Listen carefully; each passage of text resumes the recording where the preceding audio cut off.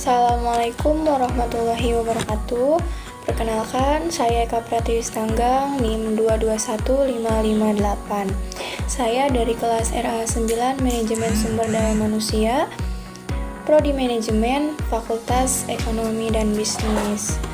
Pada kesempatan kali ini, saya akan menjelaskan bagaimana OKR di dalam Google.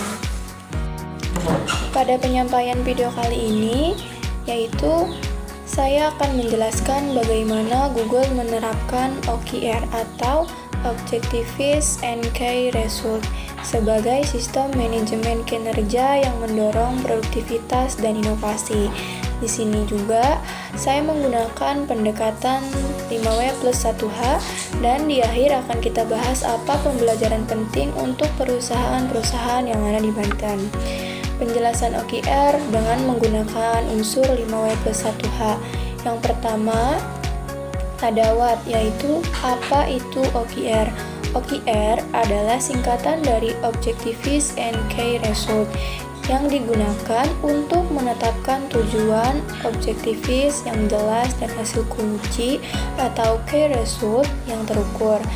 Google menggunakan OKR untuk menyelaraskan visi perusahaan dengan tindakan konkret setiap tim dan individu. Contohnya yaitu objektif atau meningkatkan kualitas hasil pencarian. Yang kedua ada key result atau mengurangi bounce rate sebesar 20% dan meningkatkan waktu kunjungan pengguna sebesar 15%. Yang kedua ada why. Mengapa Google menggunakan OKR?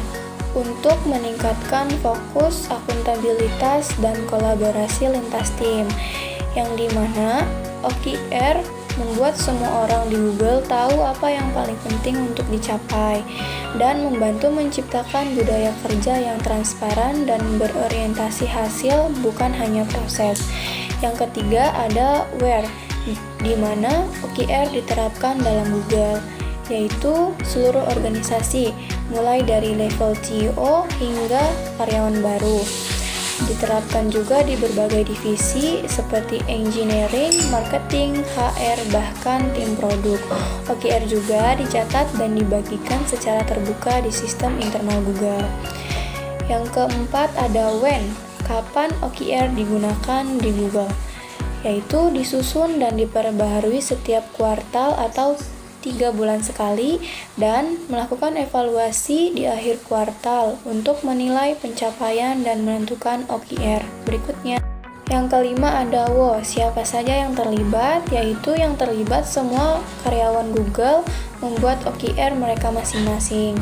OKR individu harus selaras dengan OKR tim dan perusahaan secara keseluruhan. Proses OKR melibatkan manajer, rekan kerja, dan bahkan lintas tim.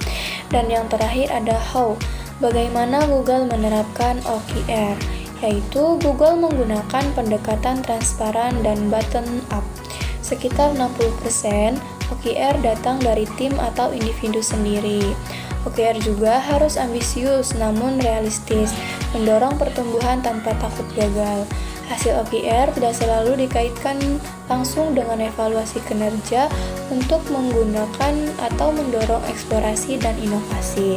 Google juga memiliki sistem pemantauan mingguan untuk merefleksikan progres dan melakukan penyesuaian jika perlu. Dan yang terakhir ada apa yang bisa dipelajari perusahaan-perusahaan di Banten dari OKR Google ini. Yang pertama ada fokus pada tujuan utama, yaitu OKR membantu perusahaan tidak menyebar energi ke terlalu banyak hal. Yang kedua ada transparansi dan kolaborasi, yang dimana OKR yang terbuka mendorong sinergi antara tim. Dan yang ketiga ada pengukuran berbasis hasil, yaitu mendorong karyawan untuk berpikir strategis dan kreatif. Yang keempat ada evaluasi berkala, yang dimana OKR kuartalan membuat perusahaan bisa adaptif terhadap perubahan pasar. Yang kelima ada pemberdayaan SDM, yaitu ketika karyawan ikut menetapkan target mereka sendiri dan keterlibatan meningkat. Kesimpulannya yaitu dengan menerapkan OKR seperti Google, perusahaan-perusahaan di Banten dapat membangun budaya kerja yang dinamis, produktif, dan inovatif yang pada akhirnya akan meningkatkan daya saing SDM dan performa bisnis secara keseluruhan. Terima kasih. Mungkin hanya itu yang dapat saya sampaikan. Terima kasih. Mungkin hanya itu yang dapat saya sampaikan pada pembahasan kali ini. Kurang dan lebihnya mohon maaf. Semoga apa yang saya sampaikan bisa bermanfaat untuk kita semua. Terima kasih. Wassalamualaikum warahmatullahi wabarakatuh.